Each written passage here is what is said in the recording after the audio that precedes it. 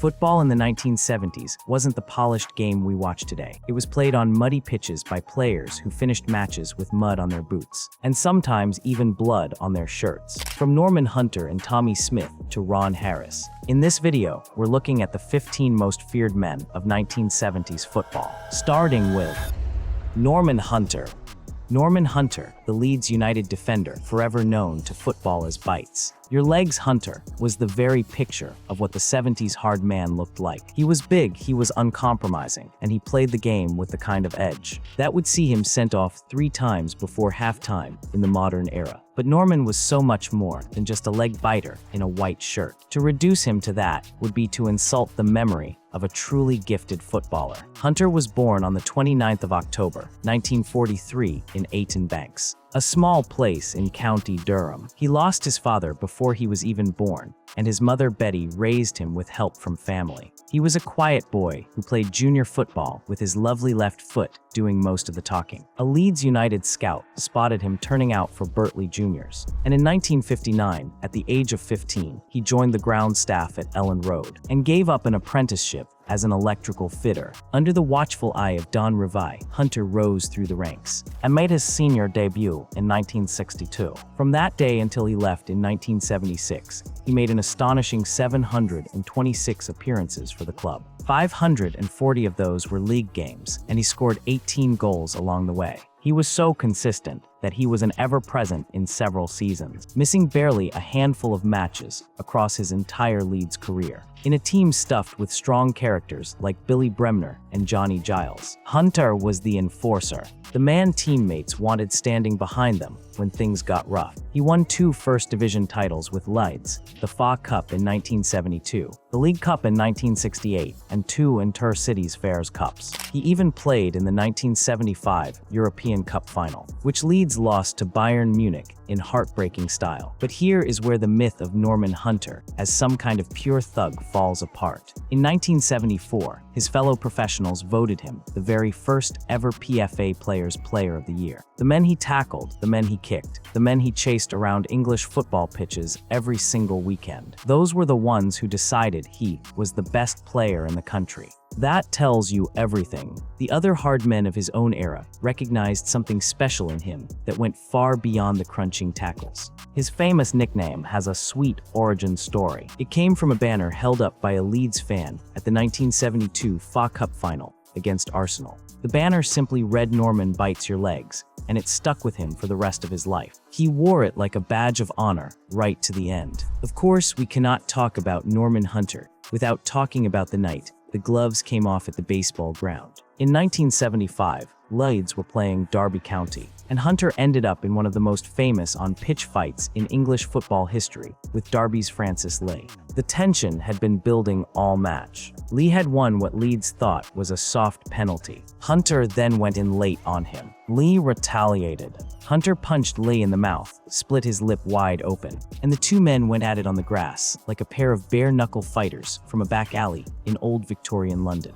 Both got sent off. The fight even continued in the tunnel afterwards. That image of 2 grown men trading punches in front of a packed stadium remains a perfect snapshot of just how wild 1970s football really was. Hunter played 28 times for England between 1965 and 1974, and he was part of the 1966 World Cup winning squad as understudy to Bobby Moore. After Leeds, he had spells at Bristol City and Barnsley, and he later managed both Barnsley and Rotherham United. Sadly, he died on the 17th of April 2020, taken by complications from COVID-19 at the age of 76. The Leeds South Stand carries his name to this day, a quiet stone tribute to a loud and crunching life. But if Norman Hunter was the man who bit your legs, the next player was just as dangerous with the ball at his feet.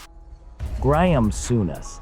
Some hard men kicked the ball. Some hard men kicked the man. Graham Souness somehow managed to do both at exactly the same time. The Scottish midfielder was a complete footballer, a deeply elegant passer with a beautiful range of distribution. But he also had a streak of 1970s and 80s ferocity in him that bordered on the genuinely frightening. He punched people, he kicked people. He once broke an opposition captain's jaw in 2 places with a single shot, off camera, in a European Cup semi-final, and then he later called it the best punch of his life. Welcome to the world of Graham Souness. He was born in Edinburgh on the 6th of May, 1953. He began his career as an apprentice at Tottenham Hotspur, but grew frustrated with the lack of opportunities to play. In 1972, he moved to Middlesbrough for £30,000. There, under the management of Jack Charlton himself, his combative midfield style began to emerge. He helped Borough win promotion as second division champions in 1973-74, scoring a hat trick in the final game of the season for good measure.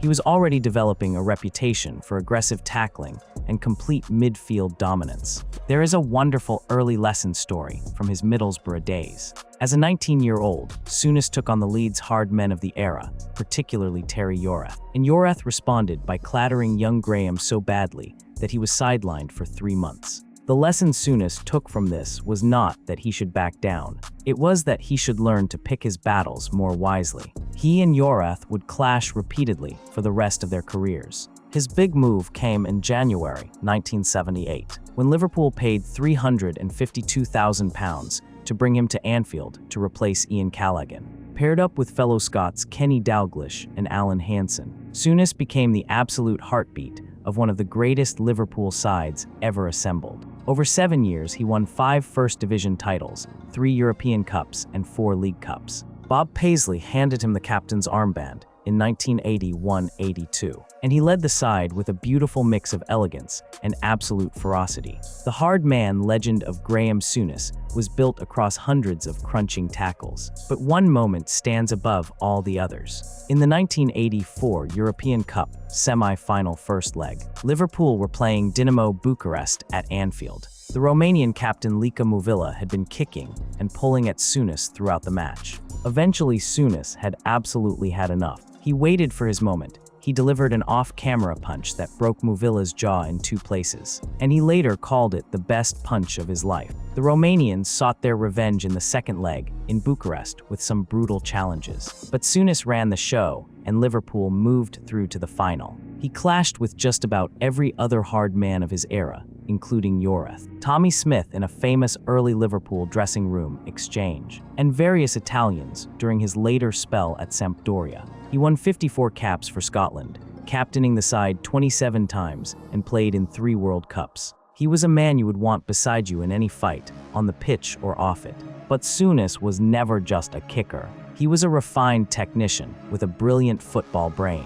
He scored the winner in the 1984 League Cup final replay against Everton with a thunderous shot from outside the box. He was the kind of midfielder who could change a game with a single 60-yard pass or a single 60-yard sprint. In a famous interview, he later said the 70s game was one where every team had 2 or 3 players prepared to go to war. He was Liverpool's general in that war. After Liverpool, he joined Sampdoria in Italy, where he won the Coppa Italia, then became player-manager at Rangers in 1986. There he started what is still called the Souness Revolution, signing English stars in the post-Hazel era and dominating Scottish football. His playing days ended at Rangers amid injuries and disciplinary issues, but his hard edge defined his legacy forever. There is only one Graham Souness, the man whose punch broke a captain's jaw and whose passing put Liverpool on top of Europe. While Graham Souness could hurt you with a tackle or a pass, Liverpool had another hard man who built his entire reputation on fear: Tommy Smith. If Liverpool Football Club ever decided to put a hard man on a postage stamp, the face on that stamp would have to be Tommy Smith. The man known across English football as the Anfield Iron was a born and raised Scouser, a working-class boy from a Catholic family who grew up barely a mile from the Anfield turf he would come to dominate. He played 638 times for Liverpool over 16 years, scored 48 goals, and helped his boyhood club move from a struggling second-tier side under Bill Shankly to the giants of European football under Bob Paisley. Smith was born on the 5th of April, 1945 in Liverpool. His father died of pneumonia when Tommy was 14, and his mother took him to meet Bill Shankly herself. He joined Liverpool as a 15-year-old ground staff boy in 1960, started his career as a centre forward, but quickly transitioned back into defence under the great Scottish manager. Shankly saw something in him immediately. There is a famous early story from a Melwood 5-a-side, where young Tommy nutmegged Jerry Byon, and then was promptly gashed open by Byon's elbow as he tried to celebrate. Shankly's lesson to the lad was simple. Never nutmeg Jerry Byon's son and think you can get away with it. The legend of Tommy Smith was built on more than just hard tackles. He was around 5'10" and well over 13 stones of pure Liverpool muscle. He could pass the ball beautifully with both feet. He read the game like a chess player, but he combined all of those gifts with the willingness to deliver the most fearsome challenges in English football. Shankly summed him up better than anyone ever could in one famous line. Tommy Smith was not born, he said, he was quarried. Jack Charlton, no shrinking violet himself, called Smith easily the hardest player I faced. He played mind games with strikers like nobody else. Before one match against Newcastle, he reportedly handed Jimmy Greaves a menu from the local infirmary, just to give him something to think about. And after Malcolm McDonald had scored a hat-trick against Liverpool back in 1971, Smith leaned over the stretcher, carrying the injured Newcastle striker, and quietly informed him that he would never score against Liverpool again, while Tommy Smith played for the club. McDonald never did score against them again. Words were exchanged again before the 1974 FA Cup final, and Liverpool won that one 3-0, with McDonald barely getting a kick. Despite the brutal image, Smith claimed in his autobiography that he was only ever sent off once in his entire Liverpool career, and even that was for dissent rather than a bad tackle. He was a hard tackler, yes, but he was a clever hard tackler. He played within the rules of his time, and he used reputation as a weapon almost as much as the boot. The honors rolled in. 4 league titles, 2 FA Cups, 2 UEFA Cups. He captained the side from 1970 to 1973, leading Liverpool to a famous leg and UEFA Cup double in 1973. But his greatest moment came right at the very end of his playing days. In the 1977 European Cup final in Rome against Borussia Mönchengladbach, Smith rose to head home the crucial second goal of the night from a corner. Liverpool won 3-1, lifting their first ever European Cup, and the commentator Barry Davies cried into his microphone, "It's Tommy Smith, oh what an end to a career." It was the perfect, almost film script ending for a man who had given everything to the club. After Liverpool, he had a brief spell at Swansea under John Toshack, was awarded the MBI in 1978, and later became a journalist with the Liverpool Echo for 35 years. He died on the 12th of April, 2019, at the age of 74, after years of arthritis, heart problems, and an Alzheimer's diagnosis. In an age of Hunters, Harrises, and Bremners, Tommy Smith stood out for his Liverpool loyalty, his consistency, and his unique ability to blend genuine fear with genuine football brain. He was, as Bob Paisley once put it, the man whose presence put courage into Liverpool hearts. If Tommy Smith was the Anfield Iron, Chelsea had their own version of a destroyer, and his nickname said everything. Ron Chopper Harris. Some nicknames are gentle, some are funny, and then there are nicknames like Chopper, which sound exactly like what they describe. Ronald Edward Harris, the Chelsea defender born on the 13th of November, 1944 in Hackney, London, was given his frightening name for a very simple reason. He chopped people down. He earned that name through 15 long years of doing the dirty work for one of the most flamboyant clubs in English football. And to this very day, he holds the club appearance record with 795 games in a Chelsea shirt. That is a number that has not been beaten by Frank Lampard, John Terry, or any of the foreign stars Roman Abramovich brought to the bridge. Harris joined Chelsea as a youth in 1960 at the age of 15 and helped the youth team lift the FA Youth Cup in 1961.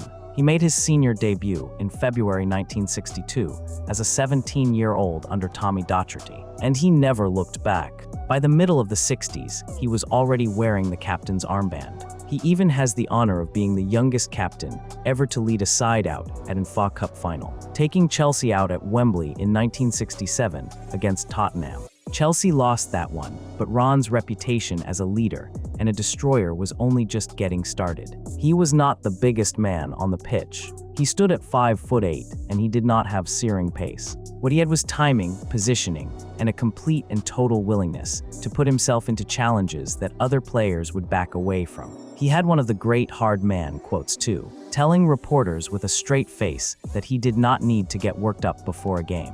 Instead, he used to read the match day program to see who he had to kick that week. His old manager Tommy Docherty had given him a simple piece of advice that he followed to the letter. Deliver a heavy tackle early in the game, then stay close to your man. And cough now and then just to remind the poor fellow that you were still there. The numbers do not lie when it comes to how effective Chopper was at his job. The great Jimmy Greaves, one of the deadliest finishers English football has ever produced, played against Harris 19 times in his career. In all of those games, Greaves scored exactly 1 goal. Even George Best, the most magical player in Britain at the time, praised Harris's toughness despite being a man best himself, once described as frail and skinny. The peak of Ron Harris's hard man legend came in the 1970 FA Cup final and replay against Don Revie's Leeds United. That tie has gone down in English football lore as one of the most brutal contests ever played on these islands, and somehow nobody was sent off across 120 minutes of football. In the Wembley draw of 2-2, Harris was already kicking lumps out of everyone in white. But it was in the Old Trafford replay, 1-2-1 in extra time by Chelsea, where Harris truly earned his name. He was given the job of marking Eddie Gray, the brilliant Scottish winger, and within minutes he had delivered a notorious early challenge that was effectively a kick to the back of the knee, neutralizing Gray for the rest of the night. David Webb scored the winner, and Chelsea had their first FA Cup. A year later, Harris lifted the European Cup Winners' Cup after a famous replay win over Real Madrid in Athens. 2 trophies, both lifted by the captain Chopper Harris. Chopper played 795 games for Chelsea between 1962 and 1980, scoring 14 goals before short stints at Brentford and Aldershot. After retiring, he became a professional greyhound trainer, an after-dinner speaker, and a regular club ambassador. Although he has spoken openly in interviews about feeling forgotten by the modern Chelsea regimes, despite holding the appearance record. His autobiography, titled simply Chopper, A Chelsea Legend, is full of his honest opinions about teammates, opponents, and the game he loved. Ron Harris was not the prettiest footballer ever produced by Chelsea, but in the pantheon of 1970s hard men, he stands tall as the original blue-blooded destroyer. But while Ron Harris chopped people down in blue, Leeds had a smaller man who somehow played with even more fire. Billy Bremner, if you could shrink the soul of 1970s football down into 110 stone. Ginger-haired, 5'5" Scotsman, you would get something very close to Billy Bremner. The captain of Don Revie's Leeds United was tiny. He was fiery, he was tireless, and he carried more competitive aggression in one of his small fists than most teams could collect across their entire squad. They called him the Tartan Terrier. They called him King Billy. And most famously of all, they called him 10 stone of barbed wire, which describes the man and the player just about perfectly. He was born William John Bremner on the 9th of December, 1942, in the rough Raploch area of Stirling, Scotland. His father worked for the Ministry of Defence as a storeman, and his mother kept the family home. Billy showed talent for football very early on, but he was rejected by both Arsenal and Chelsea, partly because they thought he was simply too small to make it in the English game. He was even briefly linked with Celtic and Rangers, although his Catholic background brought sectarian complications. In the end, it was Leeds United who took the chance, signing him to their ground staff in 1959 at 16 years of age. By January 1960, he was making his debut. Soon he was a fixture in the side, and under Don Revie his career took off. Revie moved him into central midfield, where Billy formed one of the all-time great midfield partnerships with the Irishman Johnny Giles. Bremner went on to make around 772 appearances for Leeds and score 115 goals. At the time of his retirement, only Jack Charlton had played more games in a Leeds shirt. He became captain in 1965 and led the club through the most successful period in their history. He lifted 2 First Division titles, the FA Cup in 1972,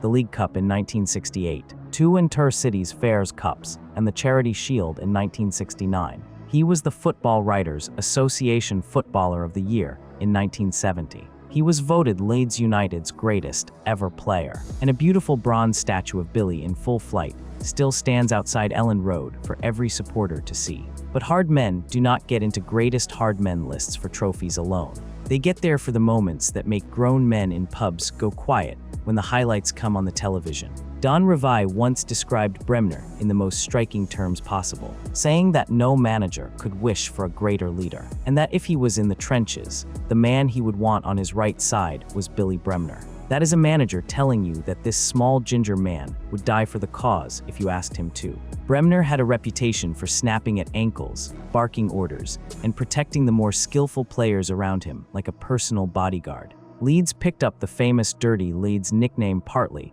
because of his all-action style. There was the iconic 1966 photograph of Tottenham's Dave Mackay grabbing him by the shirt and pulling him almost off the ground after a late tackle. There was the 1970 FA Cup final replay against Chelsea, one of the most brutal football matches ever played on English soil. And there was the 1974 FA Charity Shield against Liverpool, where Billy and Kevin Keegan were both sent off after exchanging punches in front of 70,000 Wembley fans, and both received 11-game bans for their trouble. His Scotland career was just as memorable. He won 54 caps, captained his country 39 times, and led Scotland to the 1974 World Cup in West Germany. They were unbeaten in the tournament, but went out on goal difference in the cruelest way. Peel himself called Bremner one of the best players at the entire competition. Sadly, Billy Bremner died on the 7th of December, 1997 from a heart attack, just 2 days before his 55th birthday. He was small, he was controversial, but he was unbreakable, and he was utterly brilliant. The ultimate 1970s hard man. And if Billy Bremner was 10 stone of barbed wire, his teammate Jack Charlton was the giant standing behind him.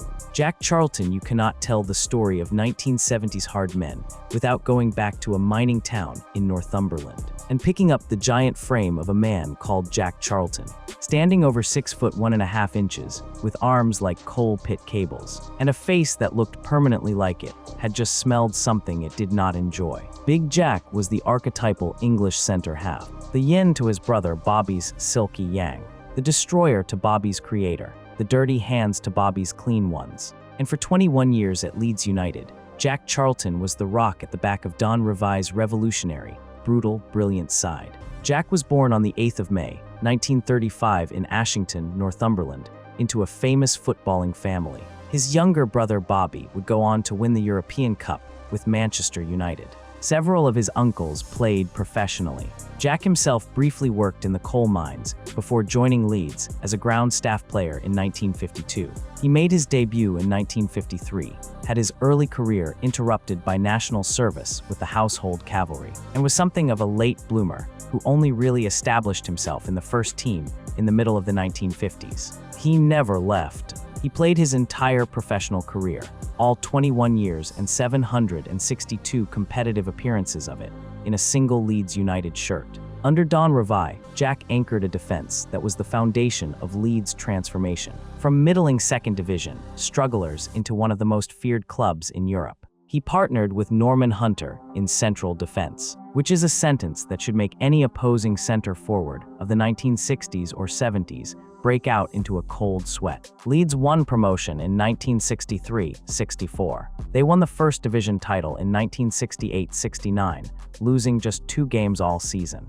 They won the FA Cup in 1972, the League Cup in 1968, the Charity Shield in 1969, and 2 Intercities Fairs Cups. Jack played his football the way he lived his life, honestly, robustly, and with absolutely no time for nonsense. He was famous for invented football tactics, like standing right on the goal line at corners to put the goalkeeper off, a tactic that defenders still use to this day. But he was even more famous for his hard man reputation. He openly embraced the hard man label of the time, but he always insisted he was never dirty. He was only ever retaliatory, and only ever within the laws of the game. In his own words, if someone did something really nasty to him, he would get them back if he got the chance. But he would do it within the laws of the game, and only when the ball was nearby. The most famous controversy of his career came in 1970, when he appeared on television and casually mentioned that he kept a little black book of players who had fouled him badly. The Football Association launched an inquiry. He was eventually cleared, but he was briefly suspended from England duty. He always denied actually keeping a physical book, claiming it was just a mental list. The whole affair perfectly captured the era's strange mix of fascination and tolerance for footballing feuds. Internationally, Jack earned 35 caps for England between 1965 and 1970, scoring 6 goals. He was called up at the unusually old age of nearly 30, but Alf Ramsey saw something special in him. Jack played every single minute of England's 1966 World Cup winning campaign, including the final victory over West Germany. He won the Football Writers' Footballer of the Year award in 1967. 3 years later, he played in the 1970 World Cup in Mexico too. The Charlton brothers, raised together in that little Ashington home, ended up world champions together. Jack retired in 1973 and went straight into management. He led Middlesbrough to promotion and was named Manager of the Year. He took Sheffield Wednesday up too,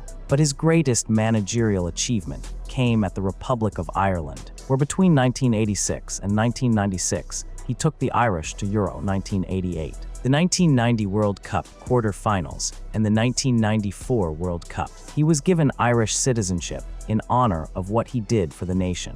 He died on the 10th of July, 2020, aged 85. Big Jack, a man's man from a different era of football, when the air was rougher, the pitches were heavier, and the center halves did not let anyone past without paying the price. While Jack Charlton scared strikers with his size, the next man scared defenders with one look at his face. Joe Jordan. We finish our list with a man whose face alone was enough to make grown defenders go weak at the knees. Joe Jordan, the Scottish centre-forward born and raised in Lanarkshire, became famous all over Europe for one very simple physical feature. He had no front teeth, or rather, he had dentures that he put in when he was off the pitch and took out before games. The result was a toothless grin that, paired with his physical, fearless center-forward play, made him one of the most genuinely terrifying sights in 1970s football. They called him Jaws back home in Britain. In Italy, they had an even better name for him.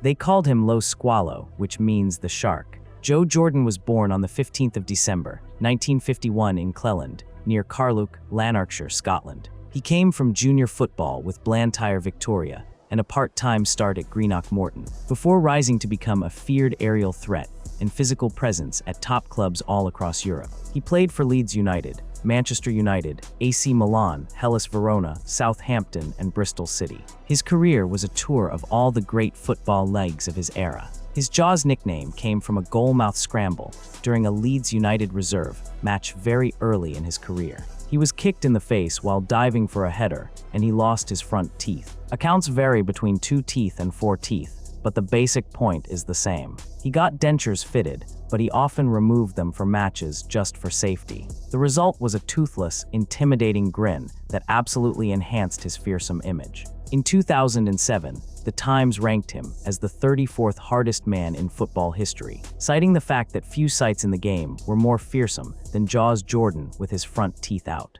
Jordan was the classic old-school target man. He was strong, he was fearless in the air, he was committed in tackles. He had excellent hold-up play, and he was completely willing to put his head and his body exactly where it hurt. Defenders like David O'Leary, no shrinking violet himself, called Joe Jordan the most combative forward he ever faced. His style fit perfectly into Don Revie's hard lead side of the early 70s. He was often grouped with the so-called Scottish Mafia at Elland Road, which included Billy Bremner and the future Manchester United man Gordon McQueen. The notable incidents that reinforced his hard man status are spread across his entire career.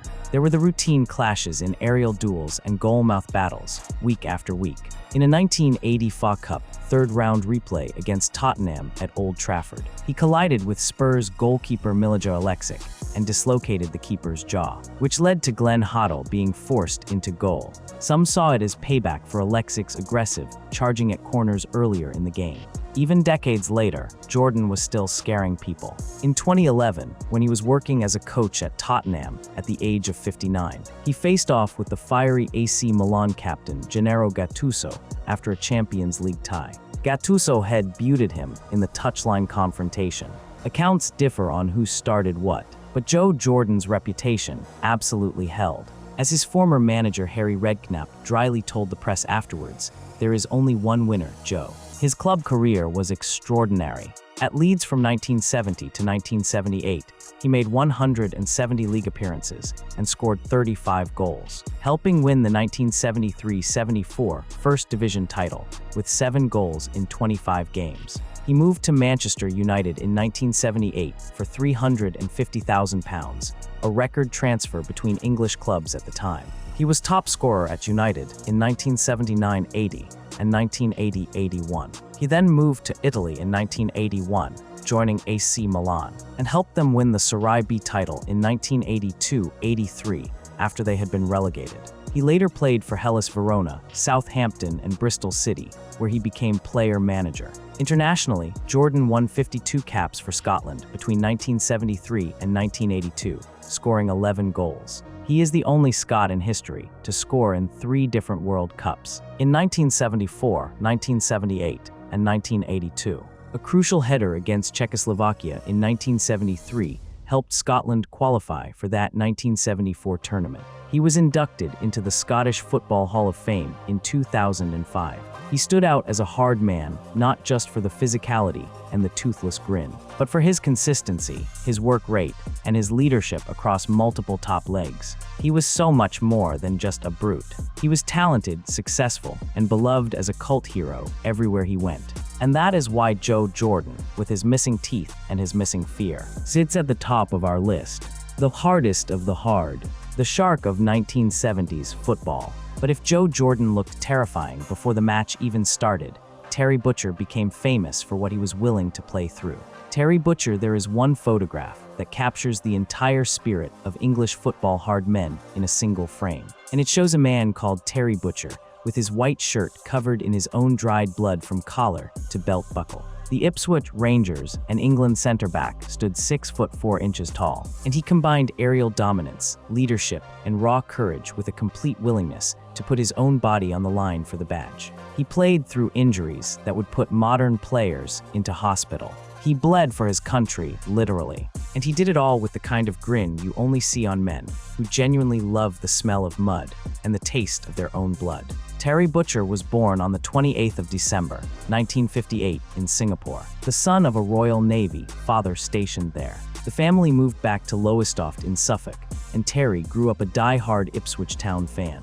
He joined his boyhood club in 1976 after a trial, turned down Norwich City, and made his debut in 1978. Under the brilliant Bobby Robson, Butcher became the absolute bedrock of the Ipswich defense in a golden era for the club. They were runners-up in the First Division in 1980-81, and again in 1981-82. And then they won the UEFA Cup in 1981, beating AZ Alkmaar in the final, with Butcher playing a key role, including a crucial semi-final header against Köln. He made 271 league appearances for Ipswich and scored 16 goals. He was the Ipswich Player of the Year in 1985 and 1986. When Ipswich were relegated in 1985-86, the writing was on the wall, and the giant centre-back was on his way north. In 1986, Butcher joined Rangers for a club record £725,000 under Graham Souness, becoming part of the English invasion that totally transformed the Glasgow club. As captain, he helped Rangers win 3 Scottish Premier Division titles in 1986-87, 1988-89, and 1989-90, plus 2 Scottish League Cups in just 4 seasons. He endured setbacks like a broken leg in 1987, and off-field incidents like the famous fine after an Old Firm clash, and the time he kicked a referee's door clean off the hinges. But those incidents only added to his hard man reputation. His defensive partnership with Richard Gough was absolutely formidable in a Scottish game that was every bit as physical as the English one. Internationally, Butcher won 77 caps for England between 1980 and 1990, played in 3 World Cups, captained the side at times, and reached the 1990 semi-finals with Bobby Robson again. But his defining image came on the 6th of September, 1989, in a World Cup qualifier against Sweden in Stockholm. In the first half, he had a clash of heads with Sweden's Johnny Ekström, opening up a deep gash across his forehead. The Ipswich physiotherapist stitched him up at halftime with whatever was to hand, and wrapped his head in bandages. But Butcher refused to come off. He went back out, played the entire second half, repeatedly heading the ball as a center back. And as the match went on, the bandages slowly disintegrated. By full time, his white England shirt was completely soaked in his own blood. Front-back sleeves everywhere. England drew 0-0 and qualified for the World Cup. The photograph went around the world. Butcher later reflected on the photograph with some embarrassment, contrasting it with his son's real bravery during military service in the army, and has gone on to advocate for the phasing out of heading in football due to the long-term brain trauma risks that he and his teammates faced. He was listed at number 21 in the Times famous list of football's 50 greatest hard men, placed alongside men like Norman Hunter and Ron Harris. He could dish it out, and he could take it. He was the absolute definition of the center half as a warrior first and a footballer second. After Rangers, he had brief spells at Coventry as player-manager and at Sunderland. He went on to manage several clubs including Motherwell, Sydney FC, Inverness Caledonian Thistle, where he won promotion, Hibernian, and briefly the Philippines national team. The image of his blood-soaked shirt remains, 60 years on, one of the most powerful in the history of English football. And Terry Butcher's hard man status will never be challenged. The man who literally bled for his country. And before Butcher was bleeding for England, another small English warrior was already putting fear into the best attackers in the world. Nobby Stiles. He was 5'6" tall. He was almost completely bald with a comb over. He played football without his front teeth because he kept losing them in challenges. He was so short-sighted that he needed contact lenses to play and thick glasses to do anything else. And yet Norbert Peter Stiles, known to every football fan in England simply as Nobby, became one of the most feared hard men ever to lace up a pair of boots in this country. Nobby Stiles was the unlikely warrior who helped Manchester United win the European Cup and helped England win the World Cup. And he did it all with a smile that had more gum than teeth. He was born during an air raid in Collyhurst, Manchester in 1942, into a working-class Irish Catholic family. He had supported Manchester United from boyhood, and he joined the club as an apprentice in 1959 after shining for England schoolboys. Matt Busby spotted his tenacity early on and gave him a debut at fullback in 1960. Busby then converted him into a defensive midfielder,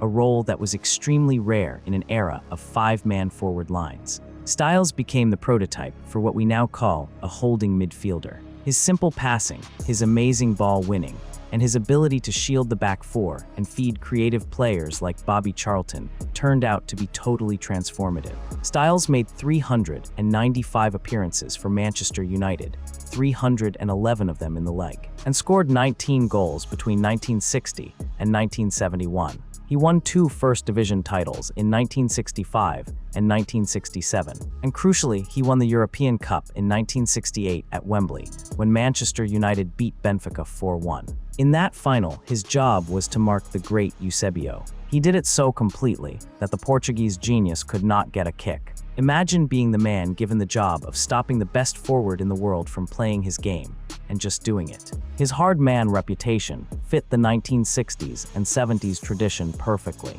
The football writer Jonathan Wilson called him a destroyer, a player whose entire purpose was running, winning the ball back, and giving it to someone better. George Best, his teammate, reportedly noted that Stiles always looked after the smaller, more skillful players, retaliating against opponents who tried to kick them. He relished man-marking flair players. He used controlled aggression, reading the game, closing space, and delivering firm and sometimes mistimed tackles to announce his presence. He was not the most naturally gifted player. He compensated with heart, positioning, and a willingness to put his face into challenges most defenders would not even think about. The international stuff was even bigger than the club stuff. Stiles earned 28 England caps between 1965 and 1970, and he played every single minute of England's 1966 World Cup triumph. Alf Ramsey valued him as the spoiler in midfield, the steal alongside the energy of Alan Ball to free up attackers like Bobby Charlton. His semi-final man-marking job on Eusebio was masterful, reducing the Portuguese star to almost nothing as England won 2-1. In the final against West Germany, he delivered another tough and effective display. A late tackle on France's Jacques Simon in the group stage of that World Cup drew massive media and Football Association criticism. There were calls to drop him from the team. Ramsey defended him fiercely, reportedly threatening to resign if Styles was dropped, and kept him in the side. The toothless little Manchester man stayed in the team. England won the World Cup, and the post-final image of Styles dancing around the Wembley turf with the Jules Rimet trophy held high above his head, his socks rolled down and his teeth missing, became one of the iconic images of English football forever. Styles is one of only 3 Englishmen to ever win both the World Cup and the European Cup, the other 2 being Bobby Charlton and Ian Callaghan. His later career took him to Middlesbrough and Preston North End, where he played and coached under his old teammate Bobby Charlton. After retirement, he managed Preston, Vancouver Whitecaps, and West Brom with mixed results, and returned to United as a youth coach, where he mentored a young David Beckham, Paul Scholes, Ryan Giggs, and the Neville brothers. Later life brought prostate cancer and advanced dementia, almost certainly linked to all those years of heading heavy leather footballs. He died in 2020 at 78. His brain was donated to medical research. The toothless hero of English football. Loved everywhere. If Nobby was the unlikely warrior, the next player was far more direct about what he was. He was a hatchet man, and he knew it. Peter Story. Hatchet man. That is the word the football world used most often when they spoke about Peter Story. And that is the word he used about himself in the title of his own autobiography. The Arsenal defensive midfielder was the kind of 1970s hard man who made even other 1970s hard men nervous. Johnny Giles, who was no soft touch himself, once called Story the hardest player I have ever faced. Ron Chopper Harris, the master of nicknames, christened him the Bastard's Bastard. When a man called Chopper calls you a bastard's bastard, you know you have arrived as a hard man. Peter Story was born on the 7th of September, 1945. He joined Arsenal as an apprentice in 1961 from Farnham in Surrey, turning professional in 1962. He made his first team debut in October 1965 against Leicester City at left back. Almost immediately, he started picking up a reputation for aggressive, no-nonsense play. Early in the 1966-67 season, he injured Manchester City winger Mike Summerbee so badly that the Daily Express newspaper warned he was overdoing the tough guy act. His manager Bertie Mee even pulled him to one side after a brawl in an FA Cup tie and warned him about getting sent off. He transitioned from left back to right back and eventually into central midfield, becoming a regular in the Arsenal side. He helped them improve defensively under Bertie Mee, although the early finals were losses. They lost the League Cup finals of 1968 and 1969, but the storm was building, and Peter Story was right at the center of it. The peak of his career came in the 1970-71 double winning season. Arsenal won the league and the FA Cup, only the second club of the 20th century to do so. In the FA Cup semi-final against Stoke City, Story scored twice in the original tie, including a crucial penalty he buried straight past the legendary Gordon Banks to force a replay. Arsenal then won the replay, and in the final at Wembley against Liverpool, Story marked Steve Hayway out of the game before being substituted late on. He was an absolutely vital part of one of the most famous title runs in English football history, but it was his style of play that earned him a place in this list. His tackling was ferocious and often very, very premeditated. He openly admitted to delivering early match tackles from behind to intimidate opponents, taking advantage of how lenient referees were in that era. He was the kind of player every team needed if they wanted to win. He protected the flair players around him, the Charlie Georges and Alan Balls of the Arsenal team, by making sure opposition, Fancy Dans, never got the chance to express themselves. He embraced the enforcer role completely, in an era when virtually every successful club had what was called a hatchet man on their books. He helped Arsenal win the Inter-Cities Fairs Cup in 1970, with a key role in the famous final comeback against Anderlecht. He picked up the league title in 1970-71. He played for England 19 times under Alf Ramsey, an unusually large number of caps for an Arsenal double winner of that era, and he was never on the losing side in an England shirt across those 19 appearances. Not bad for a player whose main job was to kick people. Injuries, the arrival of Alan Ball at Arsenal, and disputes over wages limited his later years at Highbury. And he left in 1977 on a free transfer to Fulham, where he played briefly before retiring in 1978 after a final appearance against Tottenham. Now here is where the Peter Storey story gets very strange indeed. His post-football life was extremely turbulent and, frankly, hilarious in a tragic sort of way. He was convicted of keeping a brothel, a place called Calypso Massage Parlor, which he had set up while he was actually on bail for other things. He received a fine and a suspended sentence in 1979. In 1980, he was jailed for 3 years for financing a counterfeit gold coins plot that involved various London gangsters. There were also later issues with smuggling pornographic films into the country, briefer jail time, and various other scrapes, including car theft. He ran a pub. He wrote his honest autobiography, True Story, My Life in Crimes as a Football Hatchet Man, in 2010. He later lived a quieter life in France. Peter Storey was, and always will be, one of the most rugged enforcers 1970s English football ever produced. A hatchet man with a heart of gold and a record sheet that runs longer than his appearance list. But if Peter Storey was Arsenal's enforcer, Nottingham Forest had a wild man who Brian Clough somehow turned into a European champion. Kenny Burns. Brian Clough was famous for taking misfit players and turning them into European champions. He did it with Dave Mackay at Derby. He did it with all of Nottingham Forest. And most famously of all, he did it with a wild-eyed, bearded Glaswegian named Kenny Burns. Burns arrived at Forest with a reputation as a hard-drinking, hot-tempered striker who had been red-carded too many times to count. He left Forest as a 2-time European champion and as the Football Writers Association Footballer of the Year. The transformation is one of the great hard man stories in British football. Kenneth Burns was born on the 23rd of September, 1953, in Glasgow, Scotland. He grew up in the tough working-class area of Priesthill. He was given away as a baby and raised by Mary Burns, a woman he always regarded as his true mother. In a crowded family home, that extremely challenging start in life shaped his resilient, no-nonsense personality. He began as an apprentice at Rangers, but was released after about a year, partly due to his disciplinary problems, including multiple red cards while playing for Glasgow Amateurs. At 17 years of age, he signed for Birmingham City after a trial. He started out as a defender there, but was converted into a striker, forming a notable partnership with the young Trevor Francis. Across 1971 to 1977, he scored 45 league goals in 170 appearances, won Birmingham's Player of the Year award in 1974, and earned his first Scotland caps as a forward. He was a physical, goal-scoring centre forward with a hat trick in him on his day. In 1977, Brian Clough and Peter Taylor paid £150,000 to bring him to Nottingham Forest. Crucially, Clough decided to convert him back to central defender. That decision changed Kenny Burns' life completely.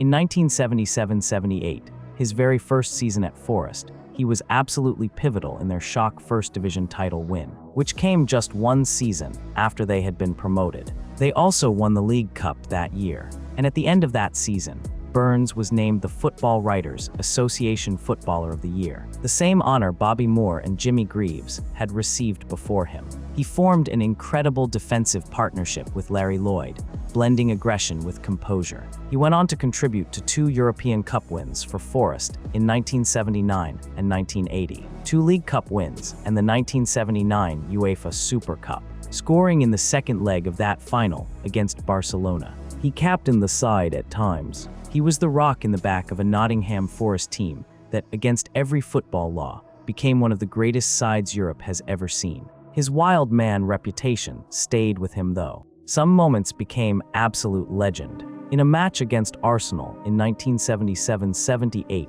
at Highbury, he was famously caught on camera headbutting Richie Powling during a free kick setup. Brian Clough fined him £50. Burns viewed the whole thing pragmatically as advertising to future opponents. It became a defining clip of his enforcer image. Then there is the famous 1980 European Cup final tunnel story. Before facing Hamburg, Burns took out his dentures, growled at Kevin Keegan like a wolf, and used it as a psychological ploy to try to put the German-based Liverpool legend off his game. Larry Lloyd had apparently tipped Keegan off about the whole thing, but Keegan reportedly still found it deeply unsettling. Burns was that kind of man. He used everything in his arsenal, fair or foul, to win. Peter Taylor once compared Burns to a more combative version of Bobby Moore. That is some compliment for a man who spent half his career being sent off. He was a hard drinker. He had a reputation for off-field antics. But Clough's influence, including a famous trip to a flower show for character assessment, helped refine him into a Player of the Year and a European champion. Burns won 20 Scotland caps between 1974 and 1981, played in the 1978 World Cup, and finished his career with stops at Leeds United, Derby County, Notts County, Barnsley, and various non-league sides. His final career stats showed 592 league appearances and 122 goals. He has spoken warmly of Clough as a father figure who kept him on track, and in recent years he has been open about a dementia diagnosis linked to the physical toll of his playing days. He remains a much-loved after-dinner speaker and Forest legend. 2 European Cups for a player who Rangers once threw out for being too wild. The making of Kenny Burns is one of football's miracle stories. And if Kenny Burns was wild, Dave Mackay was different. He was hard, brave, respected, and feared without needing to be dirty. Some hard men were dirty. Some hard men were nasty. Dave Mackay was neither. The Scottish wing half was something even rarer in 1970s football. He was fair, he was clean, and yet he was as hard as the granite stones of Edinburgh that surrounded the city of his birth. George Best, a man who had played against everyone the British game could throw at him, called Mackay the hardest man I have ever played against, and certainly the bravest. That is George Best, Northern Ireland's gift to football, talking about a wee Scotsman from Edinburgh as though he was the toughest opponent in the entire history of the game. David Craig Mackay was born on the 14th of November, 1934 in Edinburgh. He grew up worshipping Hearts of Midlothian, walking miles as a boy just to watch them play at Tynecastle. He signed for them professionally in 1952, starting out part-time while working as a joiner, and made his debut a year later.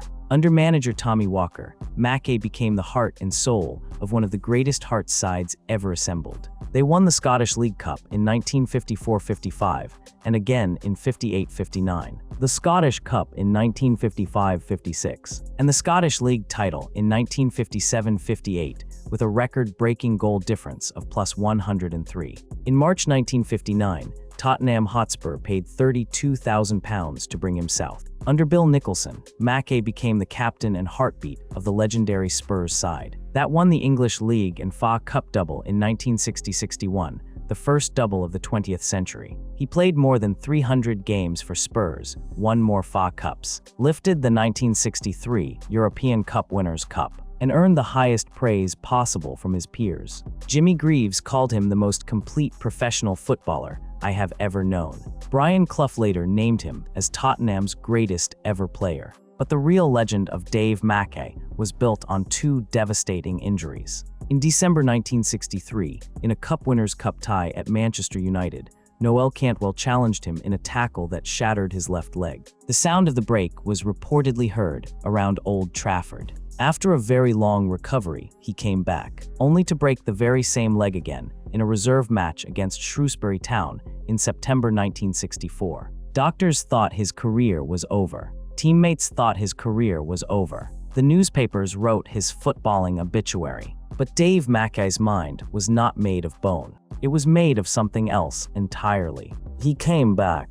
He won the FA Cup again in 1967. He kept on playing at the very top level. Then came the most famous image in the history of British football hard men. In 1966, during a match against Leeds United at White Hart Lane, the photographer Monty Fresco captured Mackay grabbing Billy Bremner by the shirt and pulling him almost off the ground, eyes burning with rage. That single photograph has been used to symbolize the entire era of 70s hard men ever since. Mackay himself hated the picture.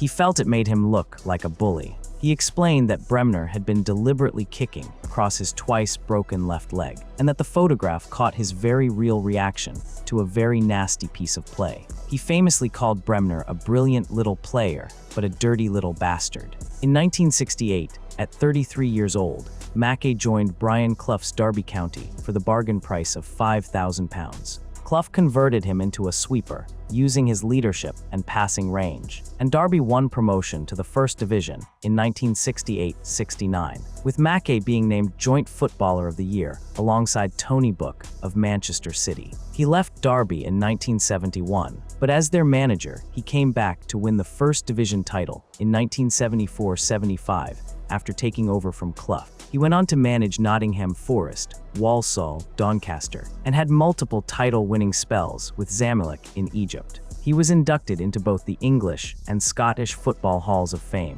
named in the Football League's 100 Legends, and remembered everywhere from Edinburgh to Derby as a perfect example of how to be a hard man without ever being a dirty one. He died on the 2nd of March 2015 at 80 years of age in Nottingham. The hardest, bravest Scotsman the English game has ever seen. But not every hard man looked dangerous at first glance. The next one was small, clever, and quietly ruthless. At first glance, the next one was small, clever, and quietly ruthless. Johnny Giles, the clever ones, are sometimes the most dangerous, and nobody in English football was cleverer than Michael John Giles. The Dubliner stood at just 5'3" tall, an absolute pocket genius of a footballer, and on the surface he looked far more like a primary school teacher than a hard man.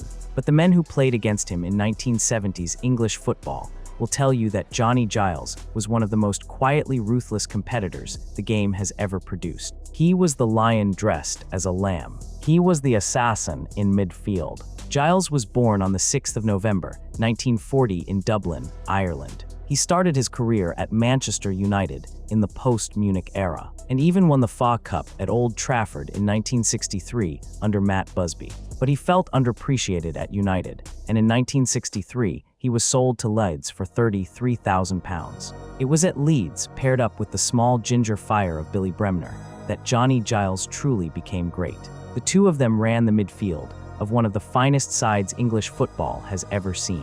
Giles scored 115 goals in 527 appearances for Leeds, which is an astonishing return from a midfielder. The transformation of Johnny Giles into a hard man is one of the most fascinating stories in football. He did not start out that way.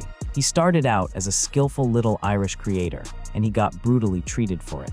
Early in his career, Birmingham's Johnny Watts gave him a career-threatening ankle injury. Chelsea's Eddie McCready damaged his knee ligaments. Giles decided then and there that if he was going to survive in the English game, he had to change. He explained the decision in his autobiography, A Football Man. He said he had to become a lion rather than a lamb on the pitch. He was not going to keep being a small man getting bullied by big men. So he developed what he called his nasty side, a part of his game that was not always obvious to supporters watching from the terraces, but very obvious to opponents. He rarely lost his temper. He almost never got sent off, but he could absolutely look after himself in a way that made hard men of the era respect him deeply. His philosophy was bluntly simple. Do him before he does you, he would say. That mindset fit the brutal 1970s game like a glove, with Bremner as the ball winner and Giles as the orchestrator. Although both could do each other's jobs in a heartbeat, Leeds rose from the second division to dominate English football. They won 2 league titles, the 1972 FA Cup, the 1968 League Cup, 2 Intercities Fairs Cups, and they reached the 1975 European Cup final, only to lose to Bayern Munich in horrible circumstances. Giles was even nominated for the 1972 Ballon d'Or, the World Player of the Year award, which is just incredible for a Leeds midfielder of that era. He defended Leeds against the dirty Leeds reputation thrown at them by the London papers and rivals like Brian Clough. "We were a dirty set of bastards," he once admitted with a wry smile, "but you couldn't half play." That line just about sums up the Don Revie era. The skill and the steel were never separate. They were two sides of the same incredible coin. The most famous Giles moment of the 70s came in the same notorious 1974 FA Charity Shield against Liverpool. long before Keegan and Bremner went toe-to-toe and got themselves sent off and banned. Giles had already thrown a punch at the young Liverpool forward, getting himself booked but not dismissed. He later admitted swinging the punch and described Keegan as a player who was just too emotional that afternoon. According to the code of the Western frontier style of football he played in, the two of them apparently shook hands in the tunnel afterwards. That was the 70s. You could try to take a man's head off in the first half and buy him a pint in the players' lounge afterwards. After Leeds, Johnny Giles became a player manager at West Brom, briefly led his country, the Republic of Ireland, and eventually became one of the most respected football pundits in the Irish broadcast industry through RTE. He famously hated modern diving and simulation, and he loved the moral courage of his own era. The Football Association of Ireland voted him Ireland's greatest player of 50 years back in 2004. A small Dublin gentleman with a quiet smile and a very, very sharp pair of boots. And while Britain had plenty of hard men, Italy had its own version of the midfield enforcer. Romeo Beniti, the hard men of 1970s football, were not just an English thing. They were not just a British thing. The Italians had them too, and they had them in spades. They called them the Catenaccio enforcers. They were the men in the dark blue Italian shirts who stood between you and any kind of meaningful possession in the center of the park. And the most feared of them all was a man called Romeo Beniti. The Italians had 3 nicknames for him, and each one tells you something different about why he scared people half to death. They called him Panzer, which means tank in German. They called him El Tigre, which is the tiger in Spanish. And they called him Roxia, which means the rock in Italian. Romeo Beniti was born on the 20th of October, 1945 in Alberto d'Adige, Italy. He was a tenacious defensive central midfielder known for his physical strength, his stamina, his leadership, and his brutally hard tackling approach. He had a trademark mustache that made him look more like a Sicilian gangster than a footballer. And he played 491 league games across his career, scoring 78 goals. He was a mobile, athletic midfielder who could win the ball aggressively in a tackle, and then either distribute it cleanly or score himself from outside the box with one of his trademark thunder shots. His senior career began in the lower divisions of Italian football before he broke into Serie A. His key stops included a brief early spell at Juventus, followed by a 6-year stay at AC Milan from 1970 to 1976, which is where he became a household name across Italy. At Milan, he captained the side after taking over from the great Gianni Rivera, helped them secure 3 consecutive Serie A runner-up finishes, won the 1972-73 European Cup Winners' Cup, and lifted 2 Coppa Italia trophies in 1971-72 and 1972-73. He even scored a famous long-range goal in a Milan derby against Inter that is still shown on Italian highlight shows to this very day. Other club stops included Palermo, where he won the Serie B title in 1967-68, Sampdoria and AS Roma, where he picked up 2 more Coppa Italia winners' medals in 1979-80 and 1980-81. He returned to Juventus from 1976 to 79, winning Serie A titles in 1976-77 and 1977-78, the 1976-77 UEFA Cup, and the 1978-79 Coppa Italia. He was a complete midfielder. He was defensively fierce when breaking up opposition play, but he could also drift forward and contribute offensively.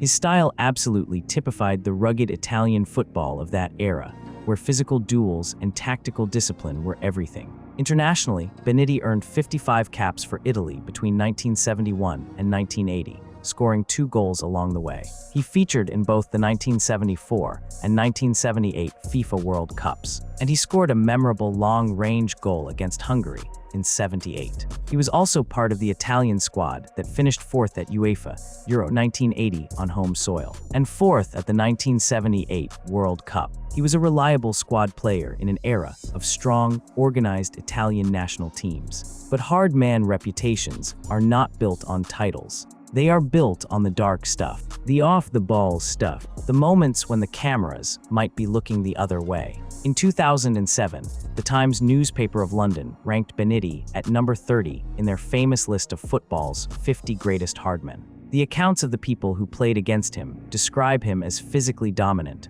almost overwhelming, fitting the 1970s archetype of the midfield enforcer who thrived on aggressive challenges. There are notable incidents from his career, including a heavy tackle that caused a serious injury to a Bologna player back in 1971, and a series of physical rivalries, including some famous confrontations with England's Kevin Keegan. The Italian football of his day was a tactical art form. It was the catenaccio, the chain, the defensive system that the Italians had taken to its absolute peak. And in that system, the midfield enforcer was the most important player on the pitch. The man whose job was to break up the play, win the ball back, then give it to the artists like Rivera or Roberto Bettega so they could do their thing. Bonucci was that man for AC Milan, for Juventus, and for Italy. He represented the era's blend of skill and steel perfectly. He was tough, yes, but he was also effective within the rules of a more physical game. In British football lists of 70s hard men, you mostly find British names. But Romeo Bonucci reminds us that the era was a continent-wide thing. The hard men were everywhere. In Glasgow, in London, in Milan, in Turin. The Tank, the Tiger, the Rock. 3 nicknames for one Italian who was every bit as feared in his country as Norman Hunter was in his. Billy Whitehurst, if you ever wanted to know what the absolute extreme edge of 1970s and 80s English football hard men looked like, you would have to find a man called Billy Whitehurst. He was not famous in the way that a Norman Hunter or a Tommy Smith was famous. He never won the leg. He never played for England. He spent most of his career bouncing around 20 different clubs at every level of the football pyramid. But ask any hard man of the era who they were really scared of, and the answer that keeps coming back is the same. Big Bad Billies, the Hull city centre forward who fought bare knuckle for cash and cleared pubs of Sheffield Wednesday fans with a single punch. William Whitehurst was born on the 10th of June, 1959 in Thurnscoe, a tough mining town in South Yorkshire. His peak playing years were primarily through the 1980s, but he absolutely embodied the tough, physical, no-nonsense style associated with the 70s era of British football. The era of robust challenges, aerial battles, intimidation, and a complete willingness to put it about in an age before any serious refereeing crackdowns on violence. He worked as a bricklayer before he went professional, and played semi-professional football for places like Retford Town, Bridlington Trinity, and Mexborough Town before turning pro.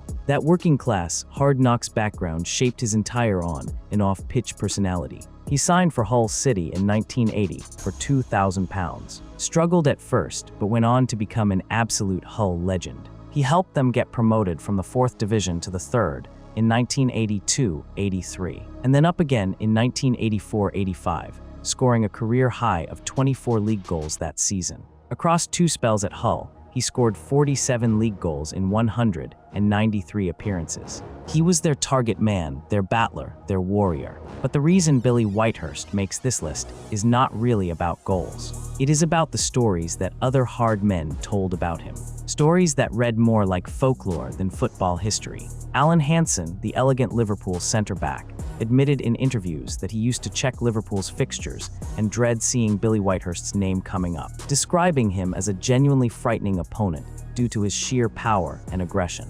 Martin Keown, no stranger to physical football himself, recalled a deliberate clattering from Whitehurst that left him with permanent scars. Niall Quinn and others have shared stories about being threatened by Whitehurst at corner kicks. On the pitch, he was known for causing absolute havoc at set pieces with his elbows, for high tackles that got him sent off again and again, and for full-blooded displays of intimidation that you simply do not see in the modern game. There is a story about Paul Lake accidentally elbowing him once and panicking so badly that the young Manchester City man could barely play for the rest of the match. There is another story about Whitehurst playing through horrific injuries, including a bar brawl where his nose was smashed. His face had a hole in it, and the club staff stapled him up at halftime before he went back out against Nottingham Forest while playing for Oxford. The off-pitch stuff is even wilder. He was involved in countless bar brawls, including an incident where he once cleared an entire pub of Sheffield Wednesday fans. He allegedly fought bare knuckle against travellers and gypsies for cash. Vinnie Jones, a man who built his entire image on being the hardest footballer in England,